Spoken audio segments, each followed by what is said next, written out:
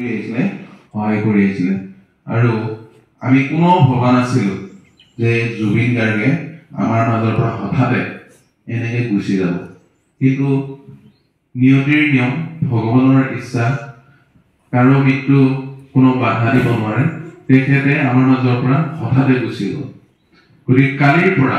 আৰু মৃত্যু হ'ল কেনেকৈ হ'ল তোমালোকে নিশ্চয় গমে পাইছা আমাৰ নৰ্থ ইষ্ট ফেষ্টিভেল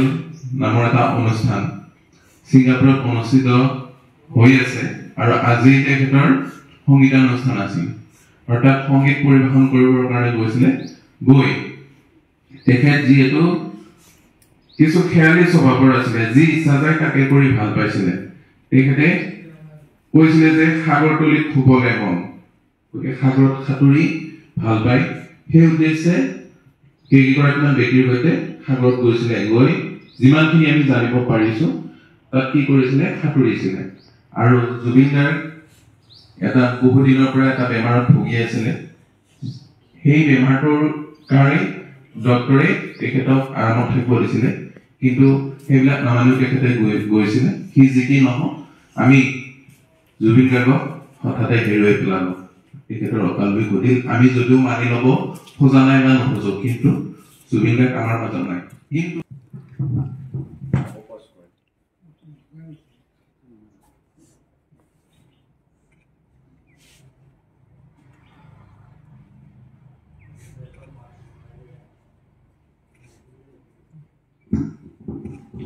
বিদ্যালয়ৰ অন্যান্য শিক্ষাগুৰুসকলকো আমাৰ প্ৰতিচ্ছবিত পুষ্পাঞ্জলি অৰ্পণ কৰিবৰ কাৰণে অনুৰোধ জনাইছোঁ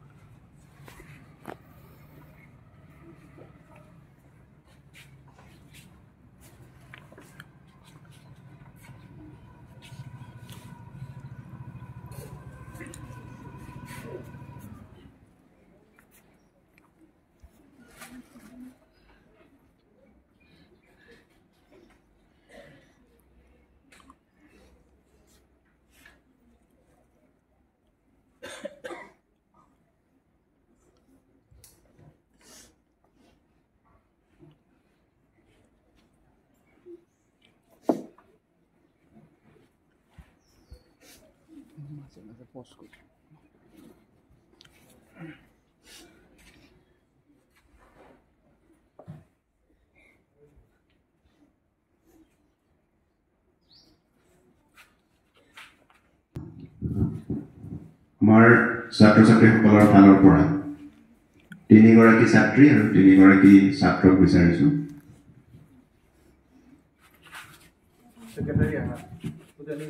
আমাৰ ছাত্ৰ পৰিষদৰ সম্পাদক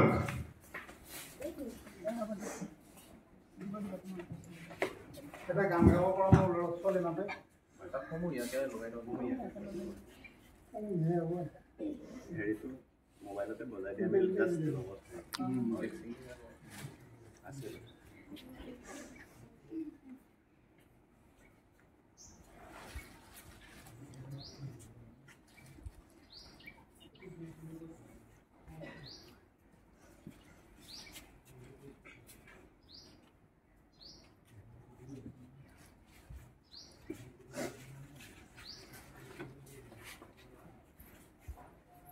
আৰু মৰমৰ ছাত্ৰ ছাত্ৰীসকল আমি আচলতে আটাই আৱেগিক হৈছোঁ বাৰু আৰু তাৰ মাজতে শব্দবোৰ আচলতে কালি যেতিয়াৰ পৰা এই খবৰটো পাইছোঁ কথাবিলাক আচলতে ওলাই অহা নাই তেতিয়াৰ পৰা যিয়ে নহওক আমাৰ মাজত শ্ৰদ্ধাৰ বসন্ত নাথ ছাৰ আছে তেখেতক শ্ৰদ্ধাঞ্জলি জ্ঞাপনৰ উদ্দেশ্যে দুআষাৰ ৰাখিবৰ কাৰণে মই অনুৰোধ জনাইছোঁ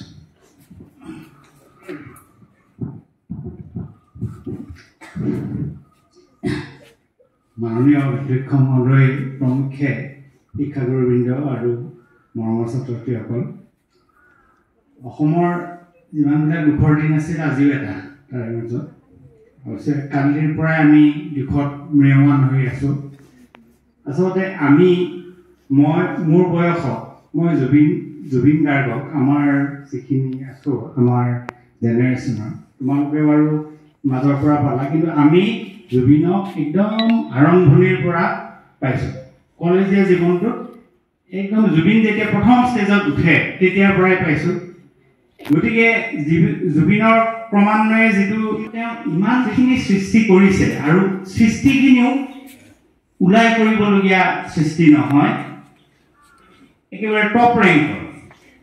গতিকে ভগৱানে আচলতে কাঢ়ি লৈ গ'ল কালি মোৰ আৰু এটা ঘটনা মনত পৰিছে জুবিনৰ এই এক্সিডেণ্টটো শুনি মই তেতিয়া বহুত সৰু LP স্কুলত পঢ়োঁ জয়ন্ত হাজৰিকাৰ তেনেকৈ কলিকতাত মৃত্যু হৈছিলে হঠাতে চিনেমাত গান গাব গৈ ভূপেন হাজৰিকাৰ লগতে গৈছিলে কিন্তু জুবিনতকৈ কম বয়সত 39 ইয়াৰ্ছত তাতে মৃত্যু হৈছিলে গতিকে সেই অধ্যক্ষ মহোদয় শ্ৰদ্ধাঞ্জলি জ্ঞাপনৰ উদ্দেশ্যে দুআষাৰ ৰাখিবৰ কাৰণে মই অনুৰোধ জনাইছোঁ জুবিন গাৰ্গৰ মহাপ্ৰাণ এটা যুগৰ আবাহন মই সঁচাকৈয়ে বৰ ম্ৰিয়মান হৈছোঁ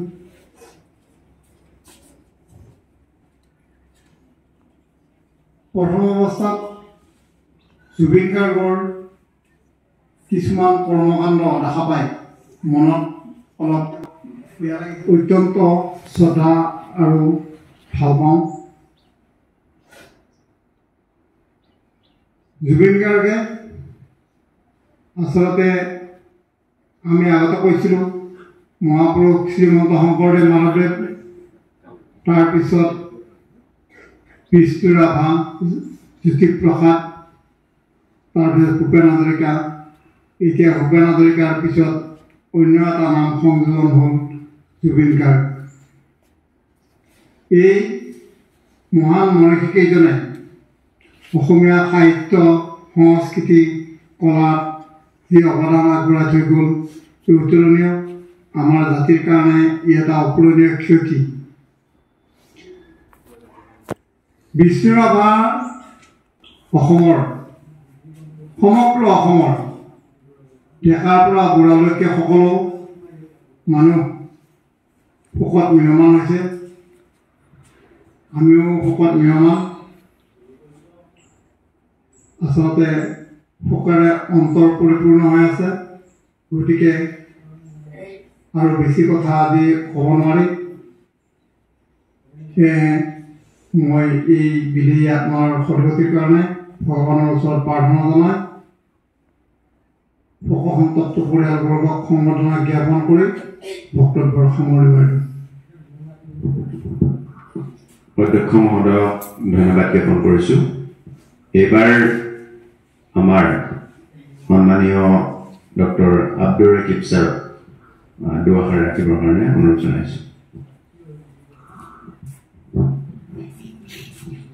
শ্ৰদ্ধাৰ অধ্যক্ষ মহোদয় গুৰুমণ্ডলী আৰু মৰমৰ ছাত্ৰ ছাত্ৰীসকল সঁচাকৈ বৰ মৰ্মাহত হৈছিলোঁ যোৱাকালি যেতিয়া খবৰটো পাইছিলোঁ মই গাড়ীত গৈ আছিলোঁ তাৰপিছত মোৰ ৱাইফে ফোন কৰি কৈছে যে জুবিন দা পেৰাগ্লাইডিং কৰি থাকোঁ বিভিন্ন নিউজ ওলাইছিলে ইউটিউব চালোঁ ইউটিউবৰ প্ৰথম যেতিয়া